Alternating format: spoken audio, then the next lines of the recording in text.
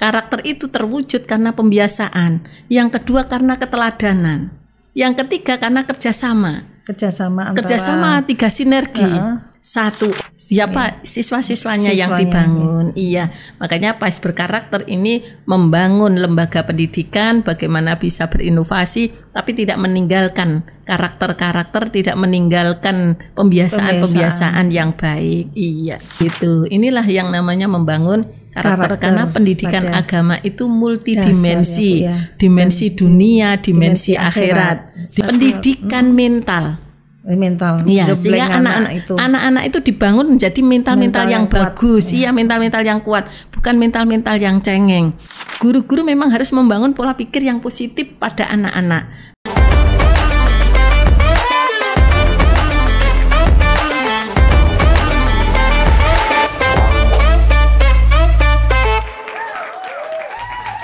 Assalamualaikum warahmatullahi wabarakatuh. Berjumpa lagi dengan Dani Primasari Narendrani dari Kemenak Kota Madiun Creative Studio. Di episode kali ini saya akan hadirkan Kepala Seksi Pendidikan Agama Islam Kantor Kementerian Agama Kota Madiun dengan Ibu Dr. Hajah Nani Nurhayati. Assalamualaikum Bu Nani. Waalaikumsalam warahmatullahi wabarakatuh. Sehat ya Mbak Dani? Alhamdulillah sehat. Terus selalu dan sehat. Semuanya di lingkungan Kementerian Agama semuanya sehat. Amin. Iya, dimanapun pemirsa berada semuanya mudah-mudahan selalu sehat. Amin. Selamat dunia akhirat. Amin ya rabbal alamin. Iya. Sibuk napa Bu? Iya, PAIS pada saat ini kita menyiapkan guru-guru PAI mulai SD, SMP, SMA, SMK dan juga SLB untuk asesmen Al-Quran secara nasional. Sehingga hari-hari ini mereka Bapak Ibu guru mengikuti asesmen Al-Quran di masing-masing lembaganya, masing-masing sekolah, tapi melalui Zoom, melalui aplikasi dengan LPTQ yang ada di Jakarta. Iya. Itu asesmennya dalam bentuk apa Bu? Asesmen tahsinul Al-Quran. Iya. Makanya Bapak Ibu guru sebagai komandan yang ada di lembaga pendidikan, harapannya mereka kemampuannya tersertifikasi dalam baca tulis Al-Quran. Iya, sehingga pada saat dia mengajarkan ke siswa-siswanya, mereka juga akan seperti Bapak Ibu guru yang ada di sekolah itu. Berarti nanti bisa juga ke kantor ini ya Bu? Iya, makanya harapannya nanti semua yang ada di Kementerian Agama semuanya tersertifikasi untuk tahsin untuk Al-Qur'annya. Iya, itu harapan dari semua pihak kan begitu. Semoga lancar itu programnya. Amin. Iya. Dan ini kan ada program dari bidang PAIS Kanwil ya Bu ya. Kanwil Kemenak Provinsi Jatim. Iya. Berupa spektrum PAI. Ya, spektrum PAI itu seputar informasi pendidikan agama Islam. Kalau di kantor wilayah Kementerian Agama itu kan ada ngobrol pendidikan agama Islam. Kementerian Agama membuat inovasi tentang spektrum pendidikan agama Islam seputar informasi manajemen tentang pendidikan agama Islam, pengelolaan pendidikan agama Islam mulai dari peningkatan kompetensi guru, kemudian juga peningkatan kualifikasi akademik guru, kemudian juga pembiasaan tentang moderasi beragama dan juga PAIS berkarakter, serta sistem informasi yang ada di pendidikan agama Islam khususnya di seksi PAIS yang ditangani selama ini. Iya. Untuk PAIS berkarakter itu Bu, itu apa Bu? PAIS berkarakter ini adalah program inovasi bidang pendidikan agama Islam kantor wilayah Kementerian Agama yang dikomandani oleh Bapak Dr. Ama. Beliaunya Bapak Kabid PAIS, Bapak Kabid PAIS. Kemudian untuk bisa dilaksanakan di kabupaten kota, sehingga harapannya sekolah-sekolah itu menerapkan PAIS berkarakter. Ini adalah inovasi baru yang diterapkan kantor wilayah Kementerian Agama Provinsi Jawa Timur bidang PAIS, sehingga termasuk Bapak Dr. Ama, Bapak Kabid itu sebagai pelopor inovasi perubahan. Iya, makanya pada saat ini kita di kabupaten kota melaksanakan program PAIS berkarakter. Harapannya semua sekolah itu melaksanakan PAIS berkarakter. Karena memang di mana yang namanya pendidikan itu tidak hanya pendidikan agama, tidak hanya transfer of knowledge, tapi ada transfer of value, ada nilai-nilai agama yang dibangun atau karakter-karakter yang dibangun di masing-masing sekolah. Karena memang saat sekarang ini dibutuhkan karakter-karakter yang bagus. Iya, Karena memang di lembaga itu adalah pendidikan yang mewujudkan satu membangun kecerdasan intelektual. Karena memang multidimensi. Satu dibangun kecerdasan intelektual. Kemudian pendidikan agama itu juga membangun kecerdasan spiritual. Sehingga siswa kita tidak hanya butuh pinter, tapi bagaimana pinter ada dasar-dasar agama. Agamanya kuat. Sehingga seandainya nanti suatu saat mereka sudah berhasil memimpin apapun, mereka punya dasar-dasar agama yang kuat. Iya. Makanya kecerdasan intelektual dibangun, yang kedua kecerdasan spiritual juga dibangun, yang ketiga kecerdasan emosional. Itu yang pasti ya, Pak. Ini ya, kecerdasan emosional itu dibangun. Makanya karakter itu juga dibangun. Karena memang emosi ini kendalinya seseorang itu memang manusia itu ada dua kendali. Kendali satu itu kendali nafsu, yang kedua kendali iman. Kalau manusia itu dikendalikan iman, insya Allah perilakunya perilaku yang bagus. Tapi kalau dikendalikan nafsu, maka perilaku yang keluar adalah sifat-sifat yang bertentangan dengan aturan. Oleh karena itu lembaga pendidikan saat sekarang juga dibangun kecerdasan emosional. Bagaimana dia bisa memanage emosinya itu dengan baik. Karena pada saat itu dibangunlah pembiasaan. Karakter itu terwujud karena pembiasaan. Yang kedua karena keteladanan. Yang ketiga karena kerjasama. Kerjasama tiga sinergi. Satu orang tua, dua lembaga pendidikan, guru, tiga masyarakat. Iya, jadi tiga ini juga berperan penting untuk membangun PAIS berkarakter. Satu lembaga pendidikan. Lembaga pendidikan bagaimana bisa menginovasi. Menerapkan PAIS berkarakter itu mulai dari berakhlakul karimah, kemudian rajin mengaji, anak-anak dilatih untuk itu. Memang segala sesuatu itu pembiasaan, harus dibiasakan. Kalau sudah biasa, nanti akan menjadi kebiasaan seterusnya. Kemudian juga bagaimana kejar fadilah sholat duha. Ini yang dibangun, kejar fadilah sholat duha. Sehingga anak-anak juga dibiasakan pagi saat belajar, kemudian ada istirahat, jeda istirahat untuk sholat duha. Itu memang harus dibiasakan. Kemudian juga aktif sholat fardu. Nah, lembaga pendidikan harapannya tidak hanya membangun kecerdasan intelektual pelajaran aja tidak, Mbak Dani. Tapi di situ diharapkan sholat fardu juga dianjurkan. Suatu saat anak kalau sudah berhasil tidak meninggalkan kewajiban sebagai seorang muslim. Kan begitu. Yang kelima adalah PAIS berkarakter itu membangun ramah dan moderat. Saat ini kan memang diterapkan moderasi beragama. Bagaimana kita bangun yang ada di lembaga pendidikan itu saling menghargai, saling menghormati antara satu dengan yang lain. Karena memang misi Kementerian Agama itu sekarang itu kan juga membangun moderasi beragama. Yang indikatornya adalah komitmen kebangsaan, yang kedua adalah anti kekerasan, yang ketiga bisa menerima budaya yang ada. Sehingga pada saat itu di dalam sekolah sudah terwujud itu, maka terwujud sekolah yang damai, sekolah yang tentram. Meskipun mereka di masyarakat aman, tentram, kan itu yang dibutuhkan. Iya, bukan sifat-sifat yang keras dan egois itu yang dibangun. Ya, kemudian juga aktif dan siap pendampingan.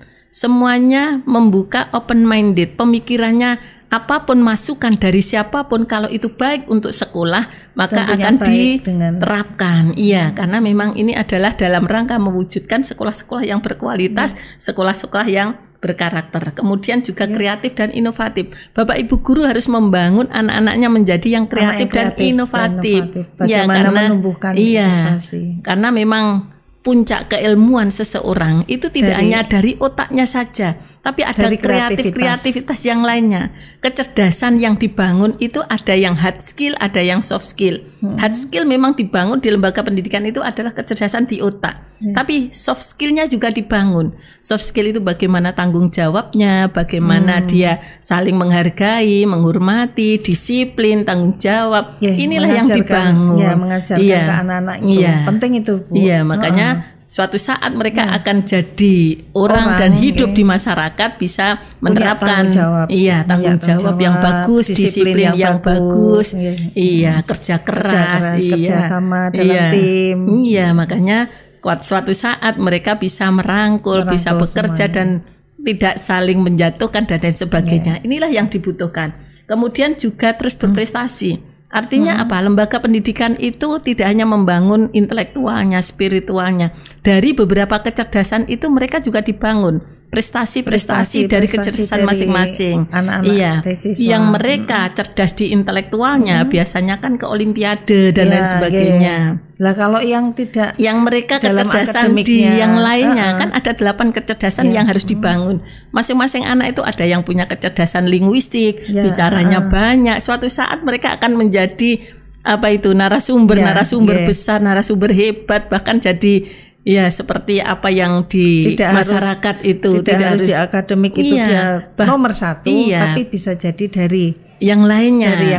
Karena memang kecerdasan yang lain itu yang dibangun. Kalau mereka suka olahraga, bangun dari mereka untuk bisa berprestasi di bidang itu. Sehingga di lembaga pendidikan itu kayak berkompetitif dalam untuk berprestasi. Siapa siswa-siswanya yang dibangun. Makanya PAIS Berkarakter ini membangun lembaga pendidikan bagaimana bisa berinovasi tapi tidak meninggalkan karakter-karakter, tidak meninggalkan pembiasaan yang baik. Itu kan juga butuh dukungan dari lembaganya, Bu.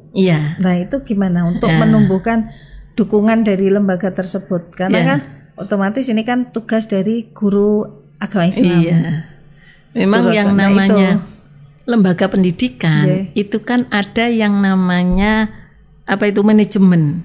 Manajemen itu mulai dari kepala sekolah, mulai dari mulai guru, dari tenaga pendidik dan kependidikan, termasuk yang di TU. Semuanya yang ada di lembaga itu mendukung tentang pembiasaan tentang PAIS Berkarakter, sehingga akan terwujud lembaga ini sudah menerapkan PAIS Berkarakter. Misalkan pada saat mau datang aja siswa-siswa sudah disambut, anak-anak bersalaman, berjabat tangan, itu dalam rangka membangun silaturahim, sehingga antara satu dengan yang lainnya itu sudah merasa dekat. Kalau sudah bersilaturahim, itulah kedekatan antara guru dengan siswanya, sehingga tidak ada rasa ketakutan, saya takut sama ini, tidak.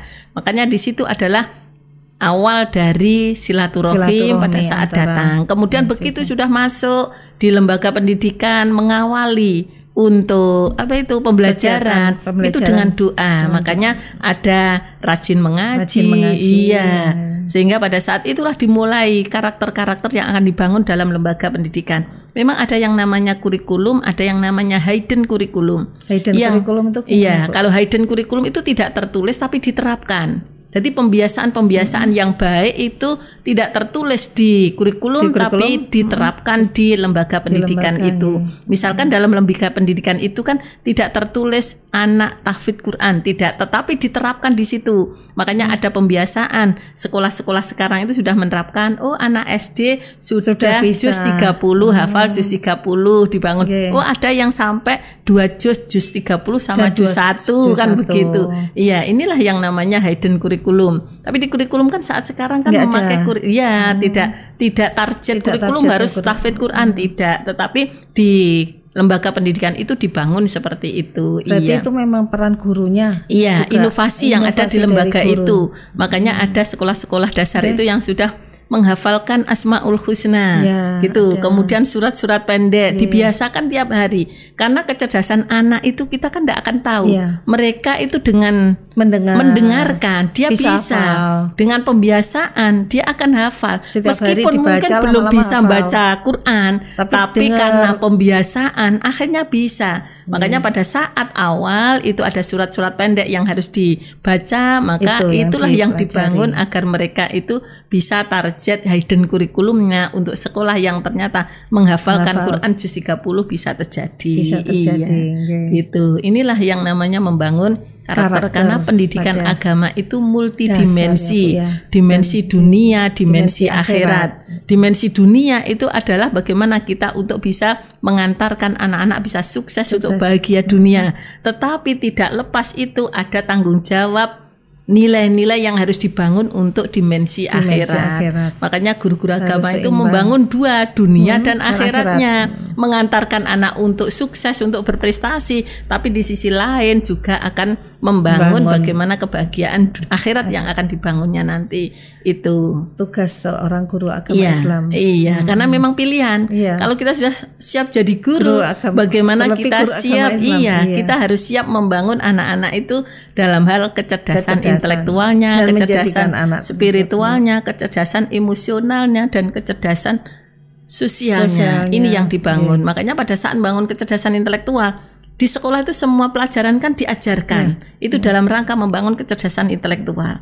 Yang kedua, ada agama. Makanya semua sekolah itu kan diajarkan agama sesuai dengan agamanya masing-masing. Itu dalam rangka membangun kecerdasan spiritualnya. Yang ketiga, ada kecerdasan emosional, karakter yang dibangun. Itu tadi pembiasaan yang dibangun dalam lembaga itu. Kemudian yang ketiga, yang keempat ada kecerdasan sosial. Sosial ini pada saat bagaimana dia saling membantu, saling berbagi yang mereka punya, kemudian membantu yang tidak punya. Bahkan pada saat event-event Muharram itu juga dibiasakan menyantuni anak-anak yatim yang ada di lembaga itu. Maka dari guru inilah yang memulainya, sehingga semua kecerdasan akan terbangun. Inilah multi kecerdasan yang ada di lembaga pendidikan. Tapi tidak kalah pentingnya Mbak Dani, sebetulnya pendidikan agama itu luas sekali. Satu, memang membangun tarbiyatul akidah. Jadi guru itu punya kewajiban membangun tarbiyatul akidah. Pendidikan akidah, keyakinan anak kepada Allah Subhanahu wa taala. Itu karena mereka itu harus dibangun keyakinan itu sejak pondasi. Akidah itu kan pondasi.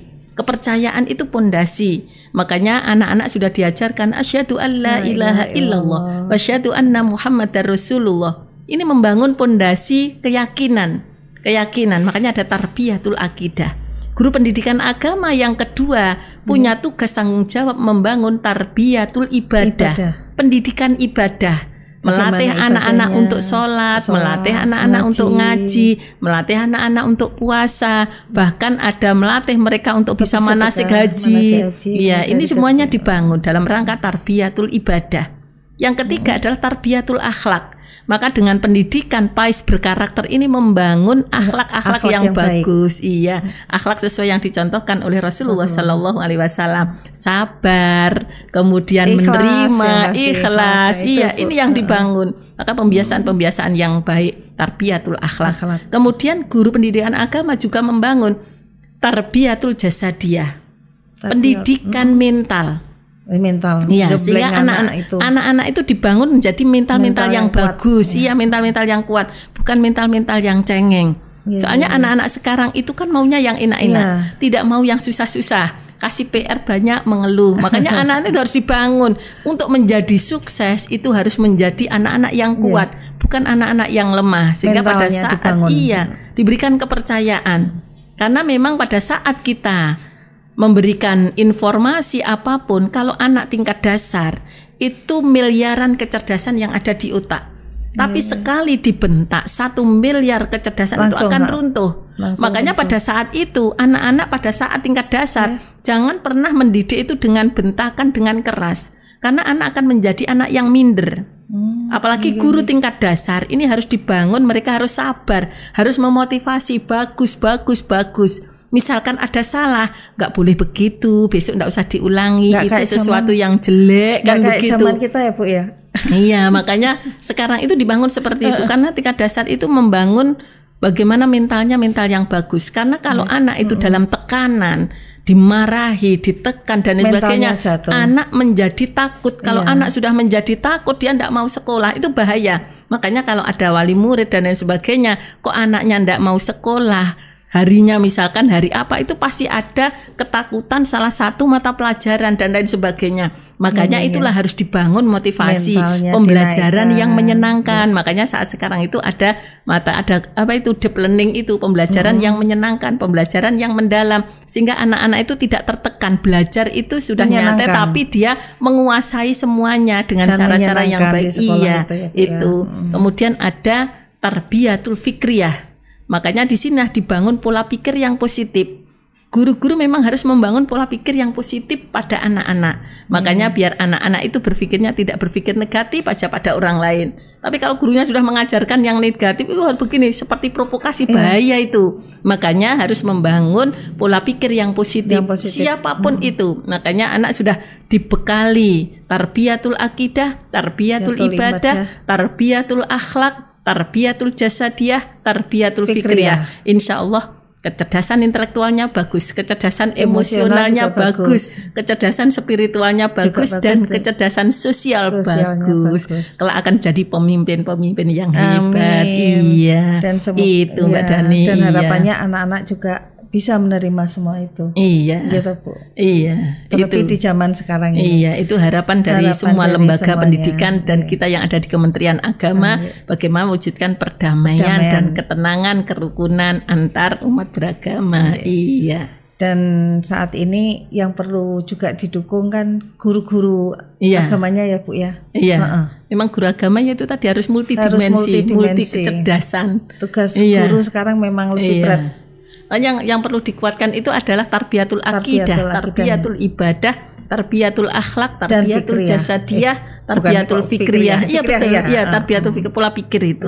Ini adalah bagaimana skenarionya yang harus dibangun dalam lembaga pendidikan, karena itu ada di Bapak Ibu guru, di pundak Bapak Ibu guru punya tanggung jawab itu. Tidak hanya sekedar mengajar, tapi ada transfer of value, nilai-nilai yang dibangun. Tapi kalau hanya transfer of knowledge, mengajar selesai, dia tidak punya tanggung jawab. Tapi yang dibutuhkan adalah transfer of knowledge, ilmunya disampaikan, tapi ada transfer of value, nilai-nilai karakter yang dibangun. Makanya dengan inovasi PAIS berkarakter ini membangun anak-anak yang hebat, anak-anak yang berkarakter, dan juga anak-anak yang cerdas. Iya, begitu. Semoga sukses, Bu. Amin, amin ya robbal alamin. Untuk semua guru-guru pendidikan agama, baik agama Islam dan semua pendidikan agama.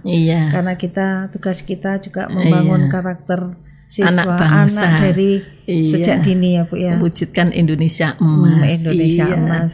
Iya. Itu dan semuanya lancar Ibu. Amin ya Terima kasih atas penjelasannya. Mungkin ada closing dari Bu Nani untuk pesan-pesan untuk guru-guru dan Bapak Ibu guru dimanapun berada. Kita sebagai guru punya amanah, punya tugas. Yang pertama adalah tarbiyatul akidah, membangun akidah yang kuat. Yang kedua tarbiyatul ibadah, itu sebagai pondasi juga pembiasaan ibadah-ibadah yang bagus. Yang ketiga adalah tarbiyatul akhlak, pendidikan akhlak. Kemudian juga tarbiyatul jasadiyah, bangun mereka mempunyai mental yang bagus. Kemudian juga tarbiyatul fikriyah. Karena memang pendidikan agama itu membangun multidimensi, dimensi dunia dan juga dimensi akhirat, kebahagiaan dunia dan juga kebahagiaan akhirat. Mudah-mudahan Bapak Ibu guru dimanapun berada, jerih payah panjenengan akan dinilai oleh Allah sebagai jariah yang kelak nanti akan pahalanya terus mengalir di hadapan Allah sehingga akan mendapatkan kebahagiaan dunia dan akhirat. Amin ya robbal alamin. Terima kasih Bu Dani atas waktunya. Terima kasih Mbak Dani, mudah-mudahan bisa bermanfaat. Amin ya robbal alamin. Iya. Semoga semua ini bisa menjadikan manfaat, dan dengan segala inovasi dari bidang PAIS ini dengan menerapkan nilai-nilai agama melalui pendekatan yang menyenangkan, membumi dan penuh keteladanan, dan dari sekolah juga ya Bu ya, juga harus lingkungan sekolah, dukungan dari sekolah dan lingkungan itu sendiri menjadi taman karakter. Iya, pendidikan karakter. Menjadikan taman karakter, lembaga. Bukan sekedar tempat untuk transfer ilmu. Iya. Semoga menjadikan manfaat untuk kita semua. Dani Primasari Narindrani, Hendra Aditya Pratama, dan Ahmad Uli Nuha dari Kemenak Kota Madiun Creative Studio mengucapkan terima kasih. Wassalamualaikum warahmatullahi wabarakatuh.